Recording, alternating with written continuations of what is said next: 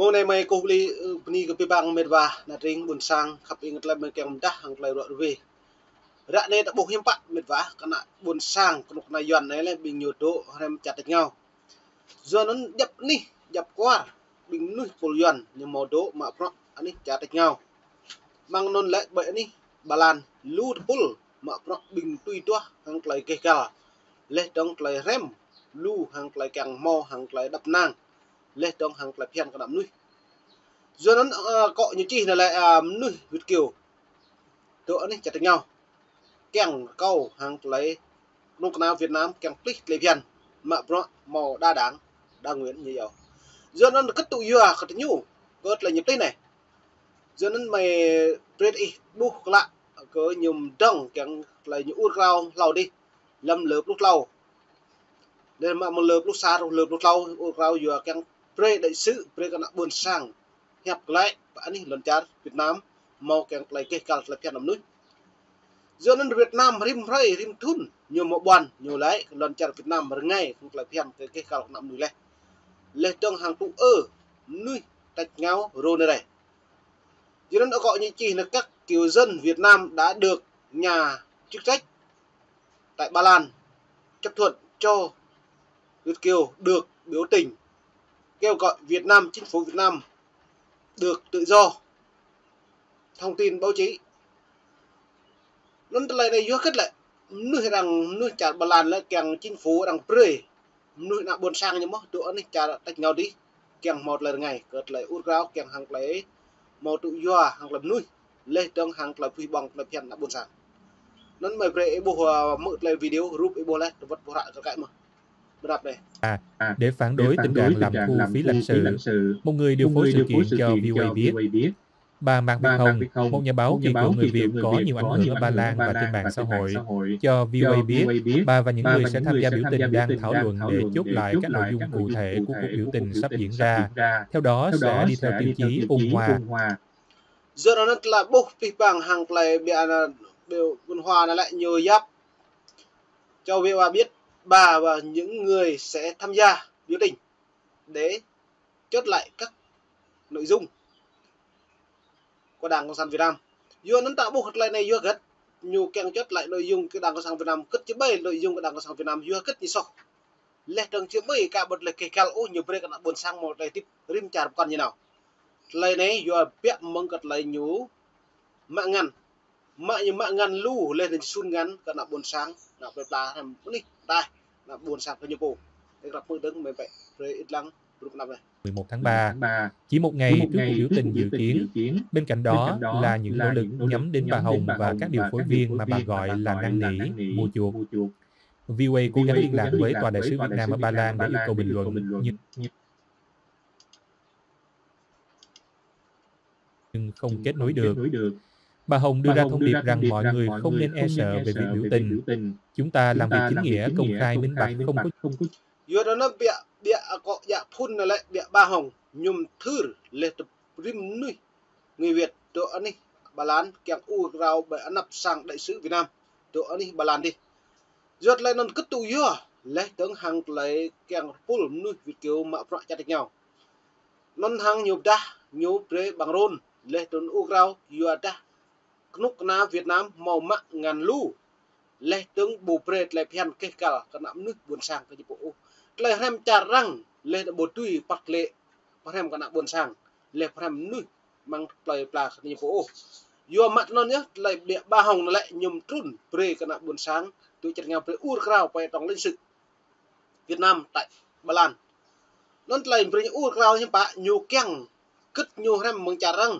lệ trong hàng lại đít vắt lên cho nguy vắt lại mặt lại hem hàng lại cái bạc hem buồn sang tôi ba Hồng này như bút nhục ta như lệ con nòng hem chả răng độ yuat lại răng đút từ đó hem lại chả răng lại dạng là phiền non piak lại lần chả Việt Nam bù preo từ đó lại thực hiện tất cả là phiền răng lên rồi kéo được luật Việt Nam nhiều chủng mã cự thế rồi giờ nó lu cái nào buồn sang như tụ qua rồi này anh Ba Lan mà yua hàng lấy rim cho nại chả kamar lại plak cái như pu từ hem chả răng keng một lần ngày sẽ lu xăm lần chả Việt Nam đang có sản Việt Nam bù pre lại ngay hàng lại phiền làm nhiều thì gặp mức đứng lại mềm ta hàng tay độ đuôi này Bà nói thêm. Một số người dân thuộc dân tộc Chăm ở tỉnh Ninh Thuận đang bày tỏ sự bất bình về việc chính quyền cưỡng chế 18 hộ gia đình, nhưng chỉ được đền bù với giá 18.000 đồng một mét vuông. Bộ lại, có lời này hiếm bạ. Riêng cái bà Hồng nó lại nhầm trun, lệ pi bằng pro hàng tờ lời rem pro, lệ lời kê kèl, lệ tú dùa hàng lấy phiền nắm nuôi. Xăm cũng na bục rượu, lệ kẹo bật lâu để đừng, cả anh đi. Bình Thuận, máu lấy lúc na mà lần, lệ đông máu span po sang. Bú tu dùa bù pre cứ lấy ngăn sang nổ gỡ ô. Lệ lâm sa mét nhiều mạ mò hiếm bạ, plok span po đuôi. Mang nôn nạ buồn sang bộ mò lần tố căn mô lần ngã lời do những bạn nạ buồn sang kèng nghẹn một cái đừng anh em hạt rẽ này do phun nó khai giờ được bẹ bóng địa bà Hồng này frame trun cơ trở lại kèng một từng hàng bình cục mà nên ấy gặp một đấng hàng cục mà cho phép cơ trở lại mạ lần lạ đi Bình Thuận núi Chàm. Vào ngày 21 tháng 2, Ủy ban Nhân dân huyện Thuận Nam thông báo cưỡng chế thu hồi đất trong khu vực để thực hiện khu dân cư phục vụ dự án đường Văn Lâm - Sơn Hải. Đây được xem là dự án trọng điểm theo kế hoạch 2021-2025 được cả Hội đồng Nhân dân tỉnh Ninh Thuận và Ủy ban Nhân dân tỉnh phê duyệt. Một số người dân Nói là bộ lẽ, gật lại đây mình phải như một số người dân nói rằng chính quyền tham nhũng người dân địa phương rượt lớn lại này hiếm bạn lại nuôi lại nhà thâu khác lại này bằng prak sun ngăn cái nào lại của nhà pu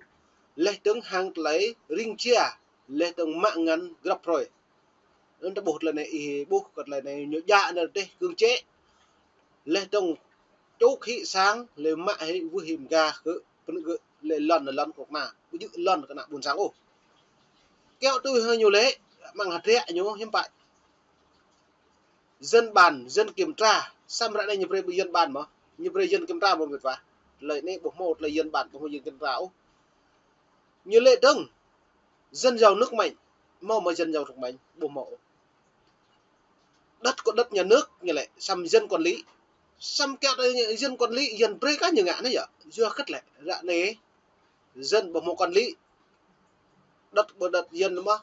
đấy ạ tôi loài càng mạnh kẻ tôi lời như kẹo đoạn cái nào buồn sáng giờ đó nuôi buồn sáng nhập quan mà chặt ngáo thâu lắc lên này con nạc cái nhập pu tiếp bù hàm ô giờ nó mau đi bà Hồng nó lại tụi đi bà lan pre yom thư cái nào buồn sáng tụi đi chặt ngáo pre nơ rung nó u ráo bẻ đi đóng lên sự Việt Nam tại đi bà lan mẹ một lời nôn nhá dạ đây là buồn sáng như tuy ngã ra anh đi tháp chàm vì nuôi chàm đây Bình Thuận có từ lại mạng lần là đây một vả nó nhiều rung vật cỡ con nào Việt Nam lê tương bính chặt ngao về quá yêu lấy hép càng mắng truyền thông Việt Nam bù mạ mãi úc bình pol dạ vọng cả đi chủ tịch bởi đi Bình Thuận này đây gặp hội đồng là gì nói rằng chính quyền không tham khảo ý kiến của người dân địa phương và không cho người dân biết dự án đó sẽ thực hiện ở nơi nó này bố lẽ pi bằng pro như dân bàn dân quân trào pi hàng nhiều ngã nhiều bộ pre cả đã buồn sang thâu lỗ dưa những bạn lại gật lên này dưa đã nhiều thâu gật lên này lại nhiều kẹng sun ngắn bú bằng nhiều kẹng bằng mừng nặng buồn sang là đôi cứ mạ pro bộ một lại phiền hàng cả nằm nữa dưa nên đối với Đảng Cộng sản Việt Nam cứ nhiều bộ tôi cứ nhiều cái pi bằng như dập cha truyền con nói lẽ đừng đang nhạo pro nặng buồn sang có nhưng có năng có nhiều pu ruột đang nhiều pu bộ một nặng buồn sang như giàu bầu cử bộ một pu lấy bầu thì nhũ nhiều bầu trồng sang nó nông doài bị mà ơi dạy nhiều bộ đôi giờ nó là rim cha rằng hil cái Đảng Cộng sản Việt Nam bù màu nghệ pro hàng vụ dọt lại tiếp năm nữa đây các bộ làm đàn này về họ cư trú. Ngoài ra, thông báo của Ủy ban Nhân dân nêu rõ thời gian thực hiện thu hồi đất sẽ bắt đầu từ ngày 28 tháng 2, trong khi thông báo được gửi tới các hộ gia đình bị ảnh hưởng là ngày 21 tháng 2. Nói chuyện với VOA, bà Thẩm Thị Thu Thích, một trong những hộ dân bị cưỡng chế đất, cho biết chính quyền sẽ chỉ bồi thường đất với giá 18.000 đồng một mét vuông. Tổng cộng giá trị bồi thường mà bà nhận được là 39 triệu đồng. Làm đơn khiếu nại nhiều lắm nhưng mà đơn đó không có ai hầu ăn lại hết. Chỉ là gửi đây là vô nghị thôi. Rồi chính quyền muốn cưỡng chế hay sao thì tới đó biết thôi, giống như bà con ngăn chặn vậy thì đó chỉ có nhau mà khóc thôi chứ không biết sao hết. Ông Kiều Văn Hóa, một người bị ảnh hưởng. yuan nó mệt vả ai bố lại cái lại nạ buồn sang uruk nào chọc hè là ít rạ bù mò bù lăng rạ nổ yuan đã gật nhu bù pre ba xã lệ bà huyền pre bà huyền lệ bà tính lệ trung ương pi bằng nhu xã ruột đích yuan nó lại nạ buồn sang hiếm bạn là vật yuan vật chàm vật nạ buồn sang tập bù bù một lại tiếp đối với đảng cộng sản Việt Nam này mong này mình chưa pi mong lên mệt vả lao pi mong lên mười pni các bạn này tập lại pi khắp lăng set nick mày hẹp này tất cả bộ đảo mong nít mong mình đã lúa lao đừng hàng lại hình rau cặp để mong đi ga nhiều pni pi bạn